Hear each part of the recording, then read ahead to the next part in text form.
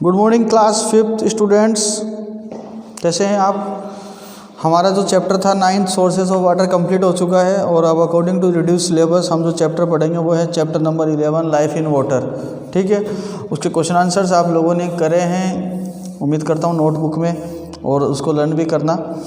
देखिए, life in water जो हमारा नेक्स्ट चैप्टर है जो स्टार्ट हो रहा है, इसमें सबसे पहले अपन बात करते हैं हैबिटेट के बारे में। हैबिटेट क्या होता है? हैबिटेट एक ऐसा प्लेस होता है, एक ऐसी जगह होती है, वो नेचुरल प्लेस जहाँ पर कोई भी लिविंग ऑर्गेनिजम्स रहता है, अपना जो लाइफ टाइम पीरियड है वो उसको स्पेंड करता है और अपना जो स्पीसीज़ है, अपनी जाति जो है, अपनी पॉपुलेशन है उसको बढ़ाता है। उस प्लेस को अपन कहते हैं उसका हैबिटेट। ठीक है, तो habitat is a place where a particular type of animal या प्लांट इज़ यूजुअली फाउंड, जहाँ पर वो पाए जाते हैं। On the basis of their habitat के बेसिस पर organisms are divided into the following categories. मतलब कि जिस प्लेस पे वो रहते हैं, जिस जगह पर वो रहते हैं, उसके बेस पर हम ऑर्गेनिजम्स को अलग अलग कैटेगरीज में डिवाइड करते हैं। हर ऑर्गेनिजम्स एक ही जगह तो नहीं रहता है, कुछ ऑर्गेनिजम्स जो हैं हवा में भी रहते हैं, कुछ पेड़ की शाखाओं पर रहते हैं, कुछ पानी के अंदर रहते हैं, कुछ लैंड पे रहते हैं। ठीक है, तो उसके बेस पर हमने उनको अलग अलग कैटेगरीज में डिवाइड किया है। सबसे पहले बात करें तो अपना आता है टेरेस्ट्रियल ऑर्गेनिजम्स, स्थलधारी जो प्राणी होते हैं, जो स्थल पर रहते हैं, लैंड पे रहते हैं, जैसे कि ट्रीज़ है, फॉर्न्स हैं, एलिफेंट, कैमल, ह्यूमंस, ये सब किस पे और भी बहुत हैं, लिव ऑन लैंड, और ये ज़मीन पे रहते हैं, इसलिए इनको बोलते हैं टेरेस्ट्रियल ऑर्गेनिजम्स, स्थलधारी जो है प्राणी। दूसरा होता है एक्वेटिक ऑर्गेनिजम्स, जैसे कि वाटर हिनेथ है, फिश है, प्राउंस है। ठीक है, ये सब किस में रहते हैं? पानी के अंदर रहते हैं, इसलिए इनको जलीय प्राणी कहा जाता है, एक्वेटिक ऑर्गेनिजम्स। थर्ड होता है एरोबोरियल ऑर्गेनिजम्स, जो मंकी है, चिड़ियाएँ हैं, स्क्रेल्स हैं, ये सब पेड़ों के ऊपर ब्रांचों पे रहते हैं, इसलिए इनको एरोबोरियल ऑर्गेनिजम्स कहा जाता है। चौथा है एरियल ऑर्गेनिजम्स, बर्ड्स, पक्षी, एक्सेप्ट फ्लाइटलेस बर्ड, जो उड़ नहीं सकते उनको छोड़ दो, बाकी जो उड़ने वाले पक्षी होते हैं जैसे कि चमगादड़ है, इंसेक्ट्स है, spend a lot of time, ये हवा में ही उड़ के अपना अधिकतर समय निकाल देते हैं, इसलिए इनको एरियल ऑर्गेनिजम्स भी कहा जाता है। ठीक है, अब बात करते हैं पर अडेप्शंस के बारे में। किसके बारे में बात करते हैं? अडेप्शंस क्या होता है? किसी भी ऑर्गेनिज्म में, चाहे वो प्लांट हो या एनिमल हो, जिस हैबिटेट पे वो रहते हैं, जिस हैबिटेट में वो रहते हैं, जिस प्लेस में वो रहते हैं, वहाँ के क्लाइमेट से, वहाँ के एनवायरनमेंट से उनको काफ़ी मदद मिलता है। कुछ ऐसी विशेषताएं, कुछ ऐसी कैरेक्टरिस्टिक्स उस क्षेत्र में, उस ज्योग्राफिकल पर्टिकुलर रीजन में पाई जाती हैं, जिससे वो आसानी से वहाँ सर्वाइव कर पाते हैं। तो वो जो स्पेशल कैरेक्टरिस्टिक्स पाई जाती हैं किसी भी प्लेस पर, उनको अपना करके उस ऑर्गेनिज्म में वहाँ सर्वाइव करने का एबिलिटी आ जाए, तो उसको हम बोलते हैं अडेप्टेबिलिटी। क्या कहते हैं उसको? अडेप्टेबिलिटी। जैसे कि फॉर एग्जांपल अगर मैं कैमल की बात करूं, ऊँट की, तो ऊँट के पास में ऐसी काफ़ी विशेषताएं हैं जो उसको थार जैसे डेजर्ट में, रेगिस्तान में रहने के लायक बनाती है। उसके पैर गद्देदार होते हैं, काफ़ी मोटे होते हैं, काफ़ी हाइट पे होते हैं, जिससे उसकी बॉडी को हीट नहीं मिलता है जब सोइल मिट्टी जो है गर्म हो जाती है दिन के समय काफ़ी। इसके अलावा उसकी आंखों के आगे काफ़ी बड़े बड़े बाल होते हैं, जिससे जब धूल भरी आंधियाँ चलती है तो उसकी आंखों में नहीं जाती है मिट्टी, वो आसानी से देख पाता है आंधियों के अंदर भी। ठीक है, इसके अलावा उसकी स्किन जो है काफ़ी मोटी होती है, जिससे उसका स्वेट काफ़ी बाहर कम आता है, पसीना, और उसको पानी की प्यास बहुत कम लगती है। एक बार में काफ़ी ज़्यादा पानी पी लेता है, वो एक्सक्रीशन बहुत ही कम करता है, एक्सक्रीशन जो होता है उसकी बॉडी से। तो काफ़ी विशेषताएं हैं जो उसको डेजर्ट में रहने लायक बनाती है। ठीक है, ठीक ऐसे ही पोलर बियर्स की बात करूं तो वो बर्फीले क्षेत्रों में रहते हैं, है ना, पोल्स के आसपास, तो उनके पास भी काफ़ी ऐसी चीज़ें होती हैं। पेंगुइन्स हैं। तो अडेप्टेबिलिटी का मतलब है उन स्पेशल फीचर्स को अपने शरीर में अपना लेना जो आपको उस प्लेस में रहने के सर्वाइवल बना सके। तो एवरी ऑर्गेनिजम्स, चाहे वो प्लांट हो या एनिमल हो, has a specific body structure and a functioning of organs depending on the surrounding in which it lives.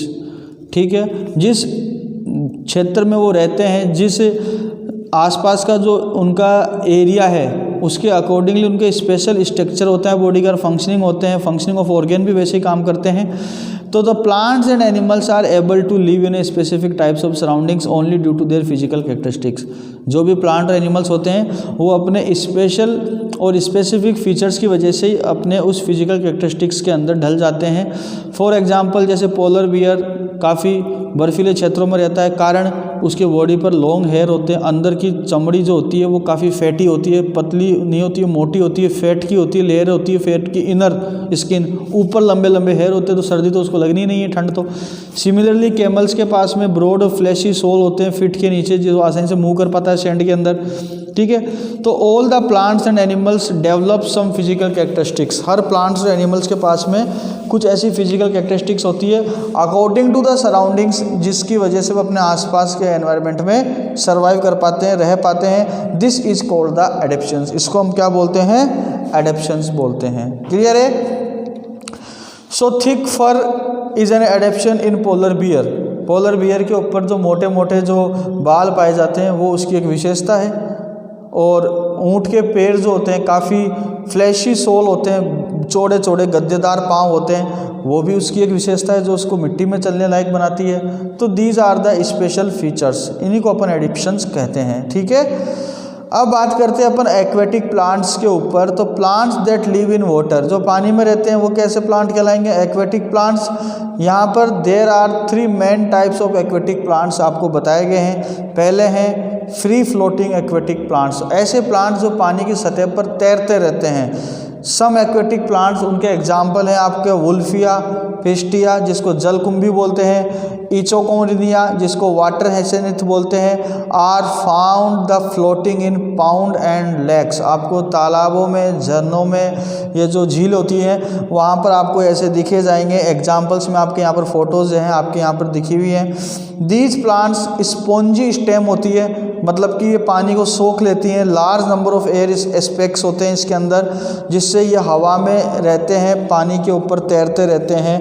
और इनकी ब्रॉड और वैक्सी लीव्स होती हैं। These leaves help the plant float in the surface of the water, पत्तियाँ चौड़ी चौड़ी होती हैं तो पानी के ऊपर इनको तैरने में मदद करती है। सच plants remain contact with water, पानी के साथ कॉन्टैक्ट में रहते हैं, एयर के साथ में, लेकिन ज़मीन के साथ में अटैच नहीं होते। तो ऐसे प्लांट को अपन एक्वेटिक प्लांट्स ही बोलते हैं। लेकिन कैसे होते हैं ये? फ्री फ्लोटिंग प्लांट्स होते हैं। कैसे प्लांट्स होते हैं?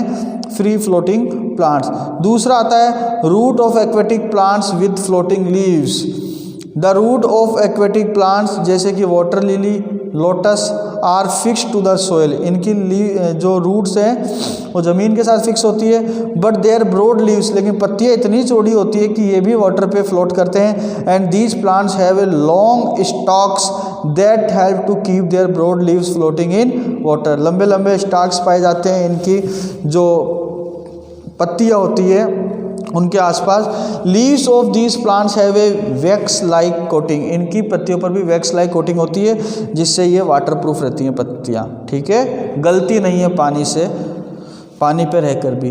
अब कुछ प्लांट ऐसे होते हैं जो सबमर्ज्ड होते हैं, पानी के अंदर ही होते हैं, जैसे कि हाइड्रिला है, वेलिसिनेरिया है, ये पानी के अंदर ही डूबे हुए रहते हैं, वाटर के अंदर ही रहते हैं। सच प्लांट्स हैव थिन, काफ़ी पतली, narrow and ribbon shaped leaves होती हैं। And these leaves allowed water to pass through them with the least resistance, ठीक है, पानी जो है पास होता है, इनकी पत्तियां आसानी से ऐसे मुड़ जाती है, पानी की अगर तेज़ बहाव भी आता है तो टूटती नहीं है, ठीक है, लो रेजिस्टेंस क्रिएट करती हैं, एकदम आसानी से सर्वाइवल कर जाते हैं पानी के अंदर, ठीक है।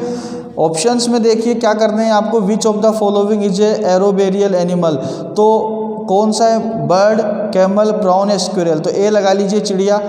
विच of the following is a submerge aquatic plant, hydrilla लगा लीजिए आप, इसके अंदर पानी के अंदर डूबा हुआ रहता है पूरी तरीके से, ठीक है।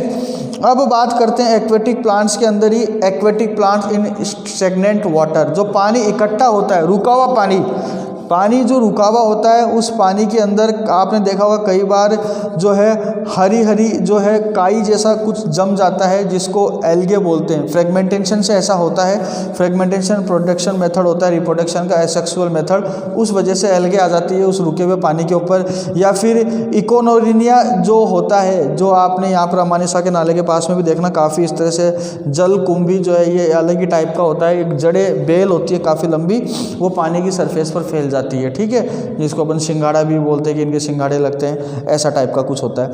तो गो नियर ए पाउंड, आप जाइए अमानिसा के नाले के पास में, देखिए गंदा पानी है, रुका हुआ पानी है, वहाँ पर जो है आपको जनरली ग्रीन लेयर दिखेगी पानी के ऊपर, जिसको अपन बोलते हैं एल्गे, ठीक है, ग्रीन मटेरियल होता है। And take a magnifying lens से आप उसको देखिए और माइक्रोस्कोप से you will observe the minute plant, algae आपको दिखाई देगा। They grow only the stagnant water, रुके हुए पानी में ही। इसके अलावा हाइसिनिथ और एक्वेटिक प्लांट होता है, ये भी पॉन्ड्स में और जो लेक्स होती है उनमें ही ग्रोथ करता है। नेचुरली ये बहुत जल्दी फैलने लगता है और देखते देखते पूरे तालाब पर फैल जाता है, ठीक है, क्योंकि इनमें रिप्रोडक्शन रेट बहुत ही ज़्यादा तेज़ होती है। If the entire port get covered with the इकोडनेरिया plant then it will gives the harmful effect, उससे फिर आपको बाकी के आसपास की चीज़ों पर हार्मफुल इफेक्ट दिखेंगे। It reduce the level of oxygen and leading of the suffocation and death of the aquatic organisms। अंदर की तरफ जो तालाब में कोई मछली वगैरह को जालीय जानवर हैं तो वो ऑक्सीजन की कमी से मर जाएंगे। आसपास की एक्टिविटीज़ जैसे स्विमिंग वगैरह वो सब बंद हो जाएंगी, तैर नहीं पाएगा, कोई बोटिंग वगैरह नहीं होगी।